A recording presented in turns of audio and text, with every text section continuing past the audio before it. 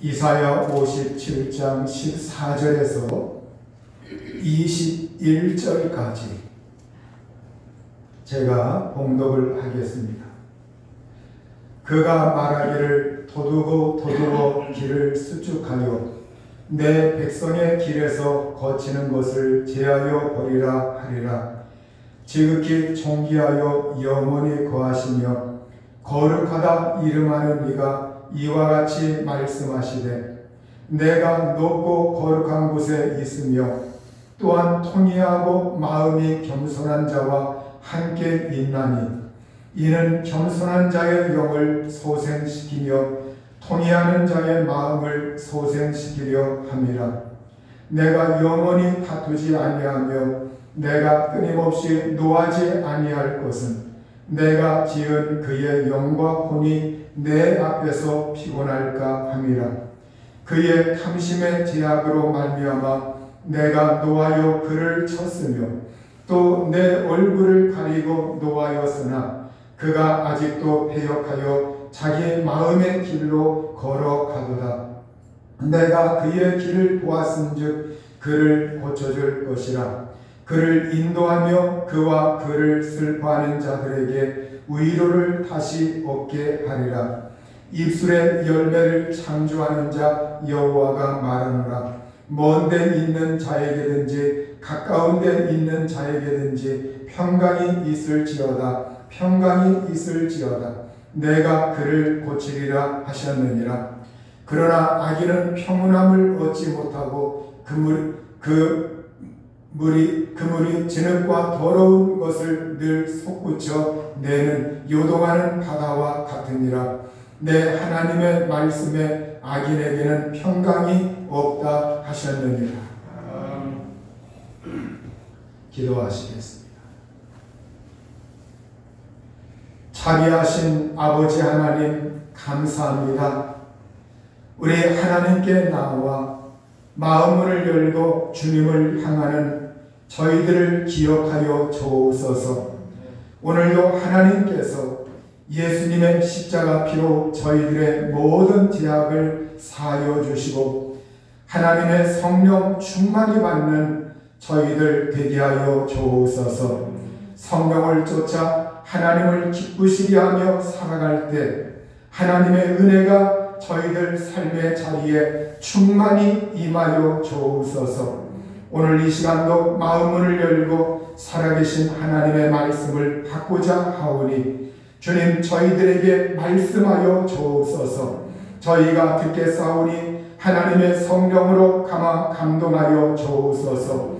이 시간 저희들에게 치유의 말씀, 생명의 말씀, 은혜의 말씀을 주셔서 저희 영혼이 소생하게 하시고 저희의 육신이 치료함 받게 하여 주옵소서.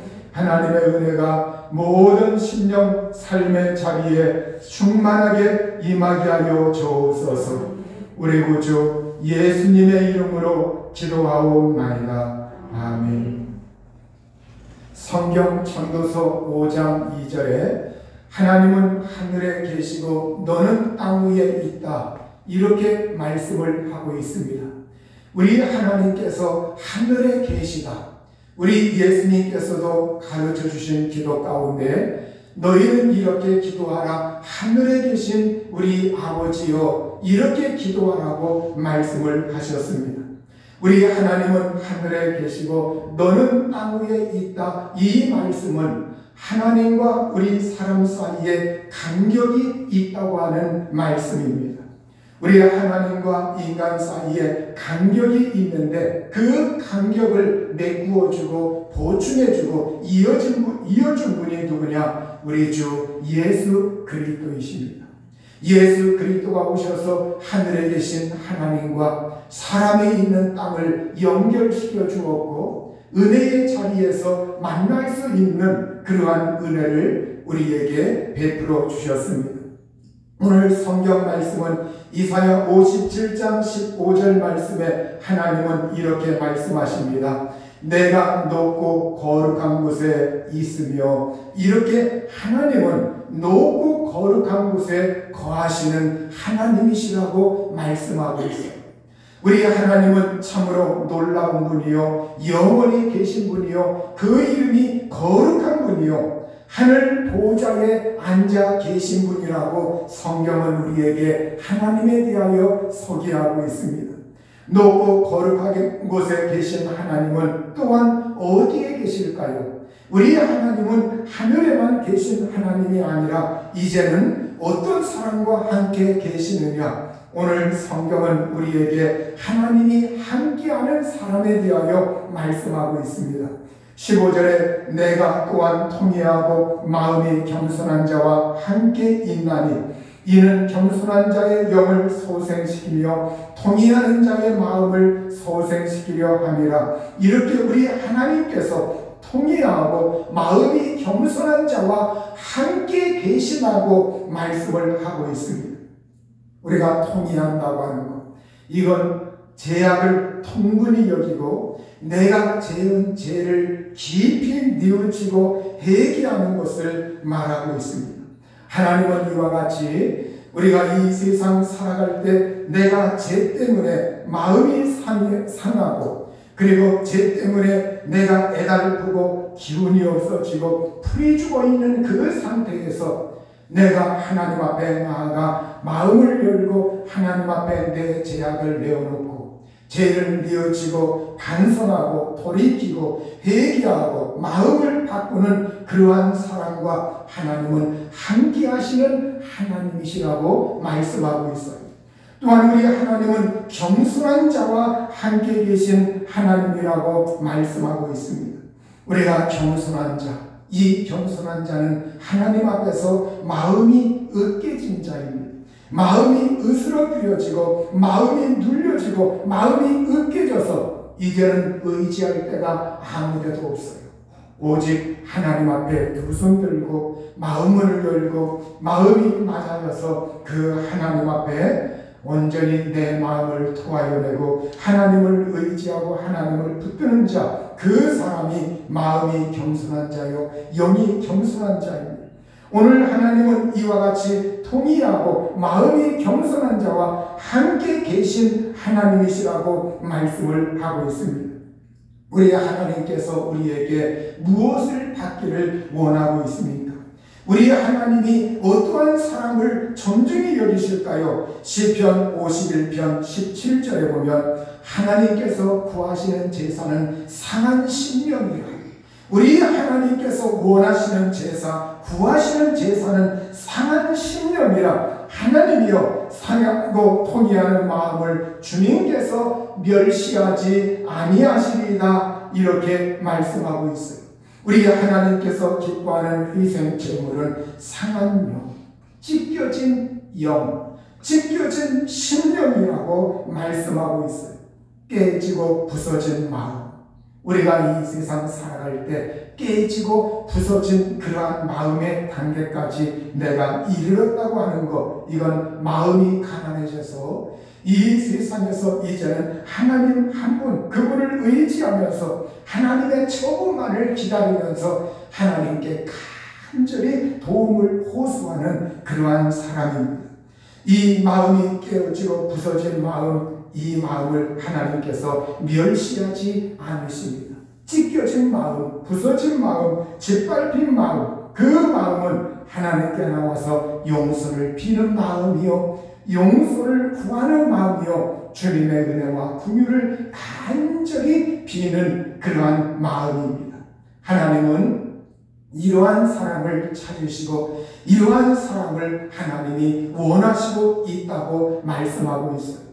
우리 하나님은 시편 34편 18절에 보면 여호와는 마음이 상한 자를 가까이 하시고 충심으로 통회하는 자를 구원하신다. 이렇게 마음이 상한 자를 하나님이 어떻게 하시느냐? 멀리하는 분이 아니라 가까이 하신다고 말하고 있습니다. 우리 사람들은 이 세상에서 누구의 동정을 받고 누구로부터 불쌍히 여김을 받았을 때 처음에는 위로해 줄 수가 있습니다. 그러나 그것이 하루도 아니고 1년, 2년, 3년 계속 그 사람이 공공한 자리에 있을 때 위로해 주는 사람이 한계가 있어요. 그래서 나중에는 마음이 상한 자, 눌려있는 자, 찢겨있는 자, 그러한 사람을 어느덧 사람은 자기도 모르게 실증을 낼 수가 있어요. 그러나 하나님은 그러한 하나님이 아니시라는 거예요. 하나님은 그 사람이 정말로 이 세상에서 마음이 상해 있고 찢겨져 있고 눌려져 있고 통이하고 있고 하나님 앞에 나와서 회개하는 그 심령, 그 심령을 하나님은 불쌍히 여기시고 은혜를 주시며 그 사람을 가까이 하시고 그 사람을 구원하신다고 말씀하고 있습니다. 오늘 이 마음이 상한 자는 가슴이 찢어지는 듯한, 가슴이 미어지는 듯한 그러한 단계에 이르는 사람, 그래서 마음이 상심하고 비판에 잠겨있고 마치 실연한 사람 마냥 정말로 이 세상에서 정말 마음이 찢어질 듯, 마음이 끊어질 듯 한 그러한 사람, 그래서 마음이 상한 자, 그 의미 가운데 어떤 의미가 들어있느냐? 단장의라는 의미가 들어있습니다. 여러분, 단장, 끈을 딴 자, 창세기를 장을, 내 내장을 끊는 것과 같은 그러한 정말 가슴이 미어지고 찢어지는 듯한 그러한 사람이 누구냐? 마음이 상한 자라고 하는 거예요. 그런데 이 단장이라고 하는 그 말을, 이 단장이라고 하는 말이 유리한 말이 있는데, 원숭이 새끼와 이별하는 어미 원숭이가 있어요. 이 어미 원숭이가 이제는 자기 새끼와 이별을 하고서 슬피 울면서 기슭을 내려옵니다. 기슭을 따라서 내려오다가 너무 슬퍼가지고 내 새끼 원숭이를 이제는 정말 이별하고 내 품에서 떠났다고 그러면서 안타까워하면서 슬피 울면서 내려오다가 이 어미 원숭이가 그만 죽고 말았습니다. 그래서 그 배를 갈라보니까 장이 조각조각 끊어져 있었다는 거예요. 장이 조각조각 끊어져 있었어. 이 장이 단절되고 끊어져 있고 얼마나 이 원숭이가, 어미 원숭이가 새끼 원숭이와 헤어지는데, 이별하는데 얼마나 슬펐던지 가슴이 미어지고 답답하고 그 창자가 끊어질 만큼, 창자가 끊어져서 그 어미 원숭이가 죽었나, 여기에서 단장이라고 하는 그러한 말이 나오게 되었다고 합니다. 여러분, 단장이라고 하면 우리가 노래 가운데 한 가지 생각나는 노래가 있어요. 단장의 미아리 고개. 단장의 미아리 고개. 바로 이 미아리 고개는 6.25 당시 서울 북쪽의 애곽의 가장 서울 북쪽의 유일한 애곽 도로였습니다. 이 미아리 고개. 그런데 전쟁 초기에 북한군들이 이 미아리 고개 이곳을 거쳐서 침투에 들어왔고, 그리고 여기에서 이제는 교전이 벌어졌습니다. 인민군이 나중에 북으로 후퇴할 때도 이 미아리 고개를 통과해서 이제는 북쪽으로 갔습니다. 그런데 북쪽으로 갈 때 우리나라 남한 사람들 가운데 피납된 사람들이 있어요. 북쪽으로 잡혀가지고 끌려간 사람들이 있어요. 그 북쪽으로 끌려가는 자기네 가족들, 마지막으로 볼 수 있었던 지점이 어디냐? 바로 이 미아리 고개라고 해요. 미아리 고개에서 이제 마지막 배웅을 하면서 눈물을 삼키면서 그 끌려가는, 막을 수도 없고 데려올 수도 없는 그 애끓는 심정. 그래서 이제는 정말로 반야월이라고 하는 작사가는 1956년도에 그걸 추억하고, 그리고 6.25 때 자기 어린 딸이 전쟁 중에 피난길에 잃어버린 것, 그 끓는 애타는 마음, 그거와 함께 이제 정말로 그 미아리 고개에서 교전이 있었고 끌려가던 그 사람들의 그 애끓는 심정, 이것이 마치 이 창세기가 끊어지는 것과 같다. 그래서 단장의 미아리 고개라고 하는 그 노래 가사를 지어서 1956년도에 발표되었습니다. 그 가사는 여러분들 알겠지만 미아리 눈물고개 님이 넘던 이별고개 화양연기 앞을 가려 눈 못 뜨고 헤매일 때 당신은 철사줄로 두 손 꽁꽁 묶인 채로 뒤돌아보고 또 돌아보고 맨발로 절며 끌려가신 이 고개여 한마는 미아리 고개 아빠를 그리다가 어린 것은 잠이 들고 동지 섣달 기나긴 밤 북풍 한설 몰아칠 때 당신은 감옥살이 그 얼마나 고생하고 10년이 가도 100년이 가도 사랑만 돌아오소 울고 넘던 이 고개여 한마는 미아리 고개 얼마나 한스럽고 얼마나 창자가 끊어질 만큼 그 아픔이 있었던 곳인가 그걸 추억하면서 노래로 남겼습니다. 우리 하나님은 이와 같이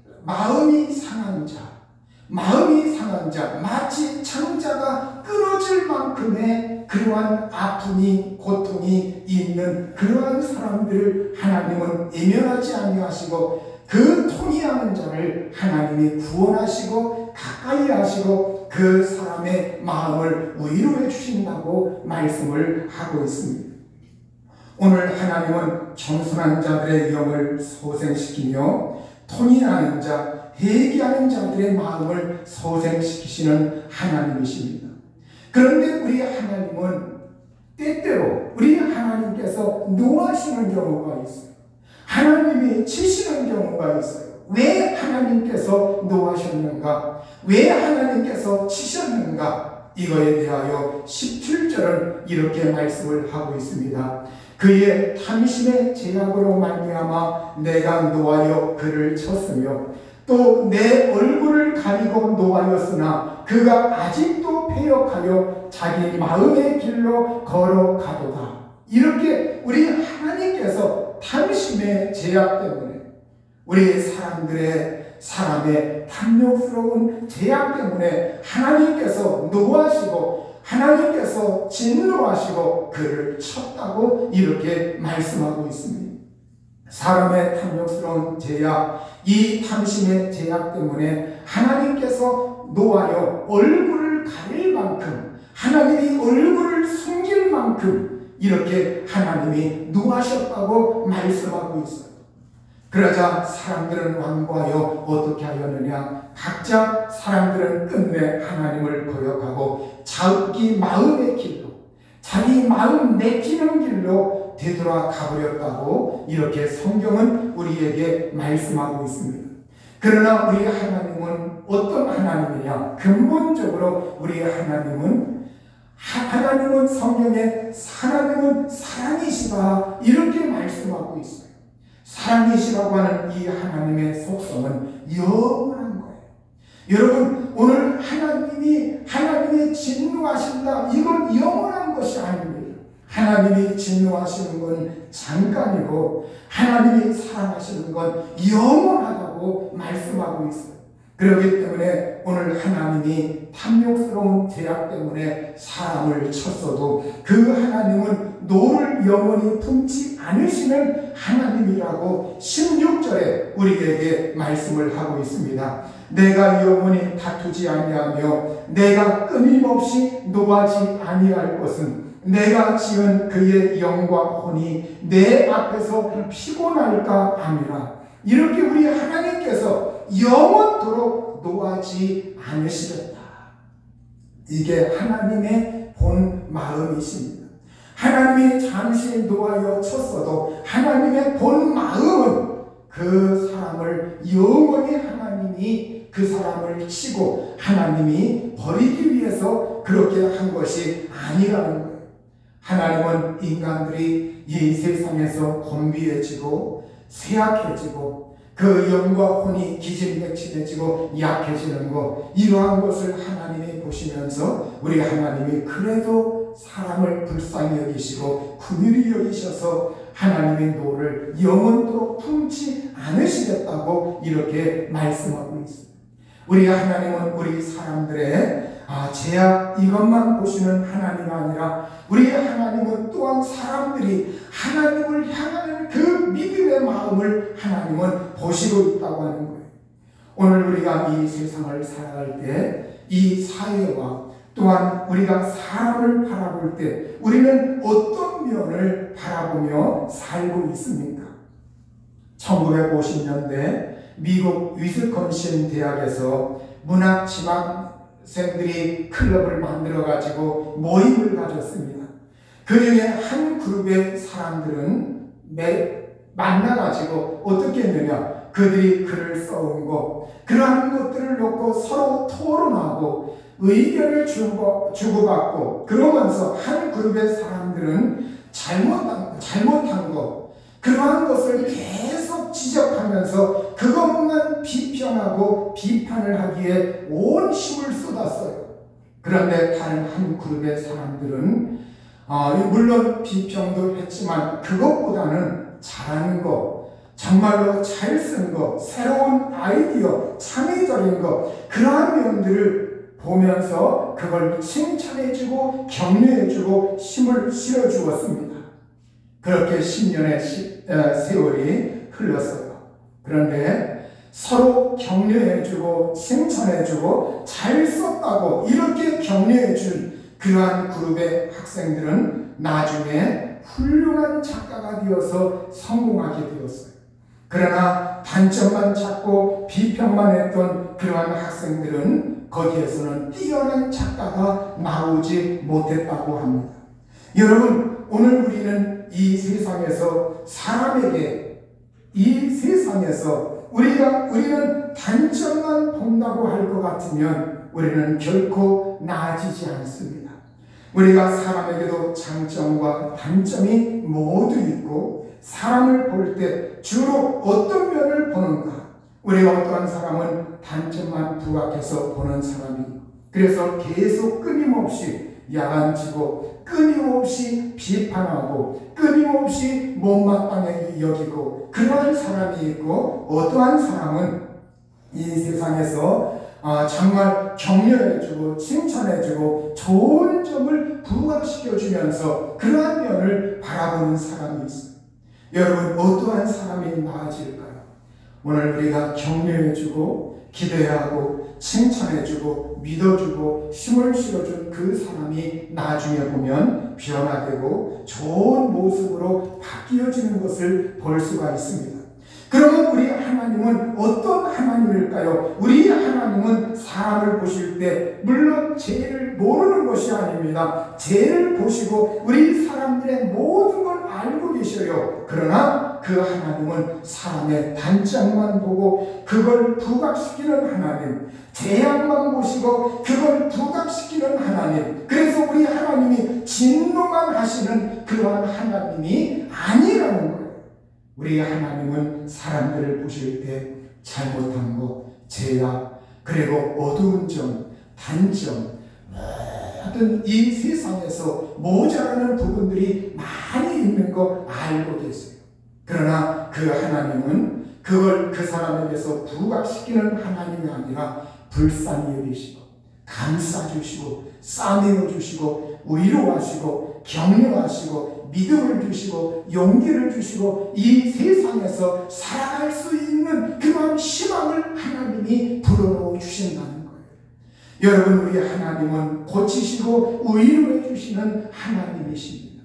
우리 하나님, 정말 오늘 저와 여러분을 하나님은 고치시고 위로하시는 하나님, 이 하나님의 위로하심과 고치심의 은총을 여러분과 저가 받을 수 있기를 우리 주의 이름으로 축원합니다. 성경 18절 말씀에 보면 내가 그의 길을 보았은즉 그를 고쳐줄 것이라, 그를 인도하며 그와 그를 슬퍼하는 자들에게 위로를 다시 얻게 하리라. 이렇게 하나님이 내가 그의 길을 보았은즉, 우리가 하나님이 사람들을 보실 때 사람의 소행이 어떠한지 그들의 인생의 길을 하나님은 보았다는 거예요.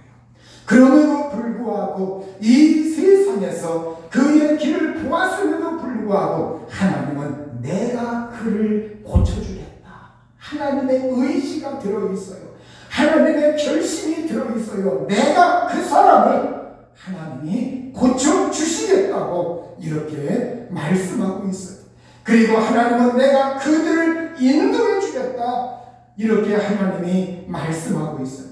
하나님은 그 슬퍼하는 자들에게 위로로 갚아 주시겠다고 말씀을 하고 있습니다. 오늘 하나님은 오늘 여러분들을 고치시는 하나님, 위로해 주시는 하나님, 용기를 주시는 하나님이시라는 거예요. 19절 말씀에도 보면 입술의 열매를 창조하는 자 여호와가 말하노라. 먼 데 있는 자들에게든지 가까운 데 있는 자에게든지 평강이 있을지어다, 평강이 있을지어다, 내가 그를 고치리라, 이렇게 하나님이 또 말씀하고 있어요. 고치시겠다고 하는 말씀이 반복해서 강조해서 나오고 있어요. 성경은 여호와 하나님은 치료하시는 하나님이라고 말씀하고 있습니다. 하나님은 내 마음을 치료하시고 내 가정을 치료하시고 내 환경을 치료하시고 내 영혼과 육신을 치료하시고 마음을 치료하시고 정신을 치료하시고 심령을 치료하시고 삶을 치료하시는 하나님이십니다. 오늘 이 하나님, 그 하나님이 내가 그를 고쳐주겠다, 내가 그들을 고쳐주겠다, 이렇게 하나님이 말씀하고 있어요. 그런데 19절에 보면 입술의 열매를 창조하는 자 여호와라고 말씀하고 있어요. 우리 하나님은 입술의 열매를 창조하시는 하나님, 입술로 열매를 맺는 창조자 하나님이라고 말씀하고 있어요. 이 말씀은 굉장히 중요합니다. 입술의 열매를 하나님이 창조할 것이다, 입술의 열매를 지으시는 하나님이시다, 입술의 열매를 창조하시는 하나님이시다, 이렇게 말씀하고 있습니다. 여러분, 사람의 형통은 그 혀에 달려있다고 성경은 우리에게 말씀하고 있어요. 사람이 죽고 사는 그 권세가 그 혀에 달려있다고 말씀하고 있어요. 오늘 여러분이 만약에 부정적인 입술의 열매가 많이, 입술에 내가 부정적인 말, 이 말을 많이 하고 소극적인 말을 많이 하고 나는 안 된다, 실패한다, 나는 성공할 수 없다, 나는 이 세상에서 정말로 안 된다, 이런 말을 끊임없이 한다고 할 것 같으면 그것은 먼 미래에 가서 그것이 열매를 맺게 된다는 거예요.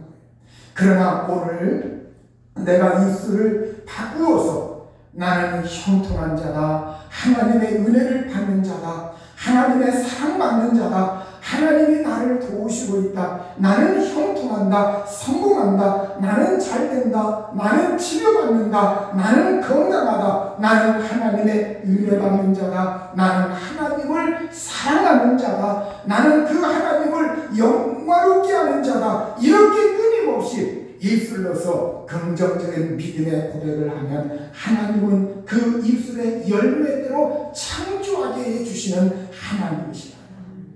여러분, 그렇기 때문에 우리의 입술에 기적이 달려있어요. 기적이라고 하는 건 우리의 입술에부터 시작되는 거예요. 성경은 우리에게 사람이 마음으로 믿어 의에 이르고 입으로 시인하여 구원에 이른다고 말씀하고 있습니다. 여러분, 오늘 우리가 이 입술의 열매를 창조하시는 하나님, 오늘 저와 여러분이 그러하기 때문에 하나님께 찬미의 제사, 성경은 히브리서 13장 15절에 그러므로 우리는 예수로 말미암아 항상 찬송의 제사를 하나님께 드리자, 이는 그 이름을 증언하는 입술의 열매니라. 우리 입술에 찬송을 담고 하나님을 찬미하고 찬송하는 이 찬송의 제사, 이것은 그 이름을 증언하는 입술의 열매라고 말씀하고 있습니다. 우리의 입술에 기도가 담겨있고 우리의 입술에 찬양이 담겨있고 우리의 입술에 신앙이 담겨있고 우리의 입술에 믿음이 담겨있고 우리의 입술에 하나님의 축복이 담겨있으면 반드시 그것대로 하나님은 우리의 입술의 열매를 맺어주시는 하나님이신 걸 말씀하고 있어요. 그러므로 오늘 저와 여러분이 의식적으로 생각을 바꿔야 돼요.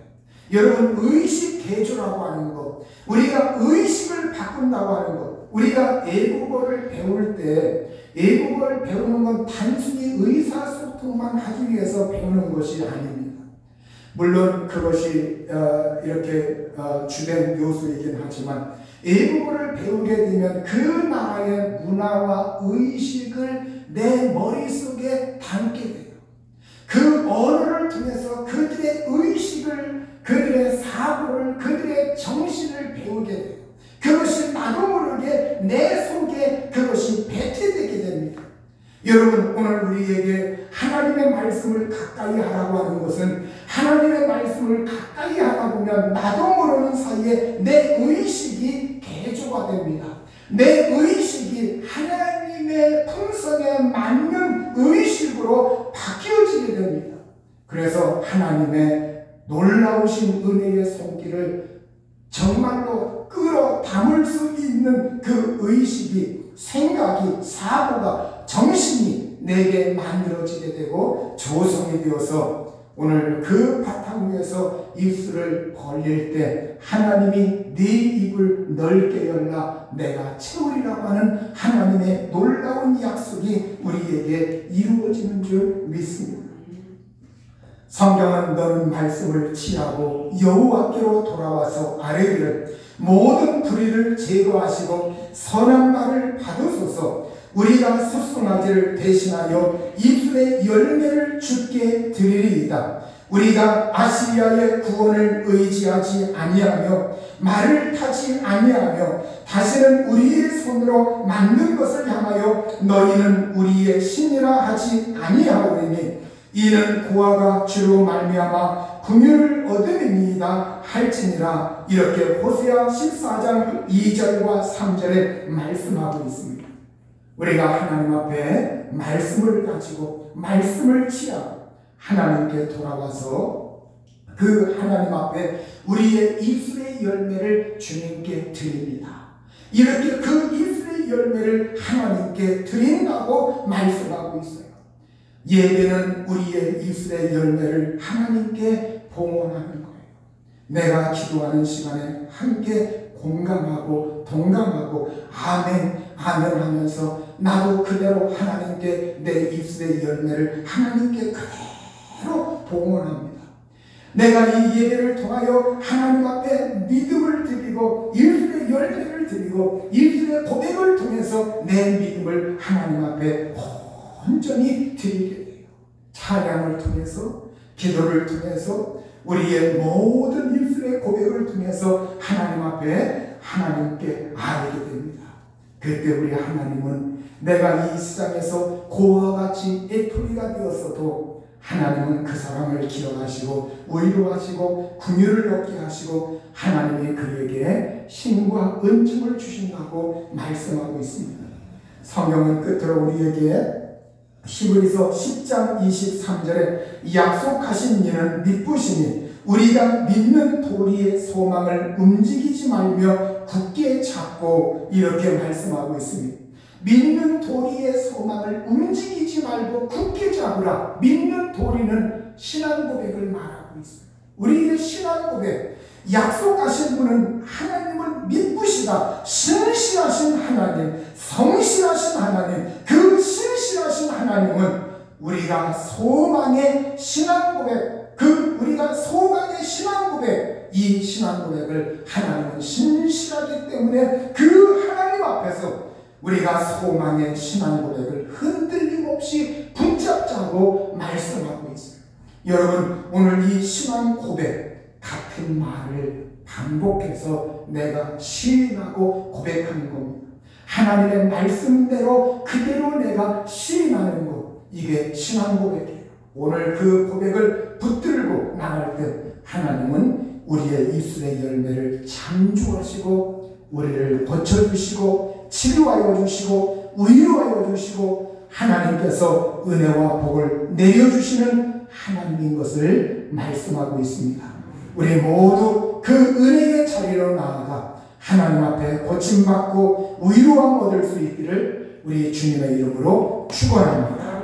이 시간 우리 합심해서 하나님 앞에 기도하실 때 하나님, 정말 주님이